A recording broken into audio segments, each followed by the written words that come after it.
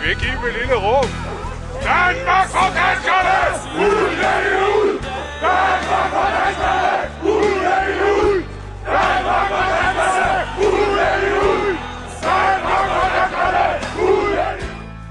Som modig kommentar til frygten af selvcensuren, trykker Jyllandsposten sig tilbage i 2005 12 satiriske tegninger af Mohammed. Og hvad sker der? Ingenting. Men så kan herboende muslimer vil have konfrontation, og det ses også tydeligt i dag. Bag ryggen på det land, der har taget så godt imod, spreder de systematisk misinformation og løgne.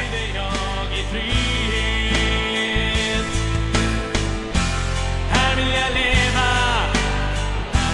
her vil jeg dø. Handler om et liv i frihed.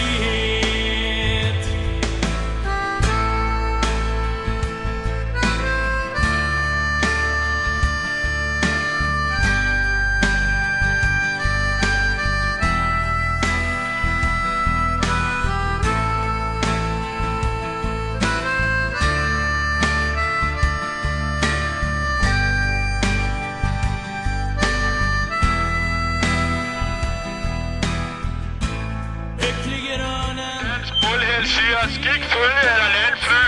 Disse ord burde I måske også lægge her på side, for I synes hverken at forstå eller respektere, at vores verden er dybt forskellig fra jeres.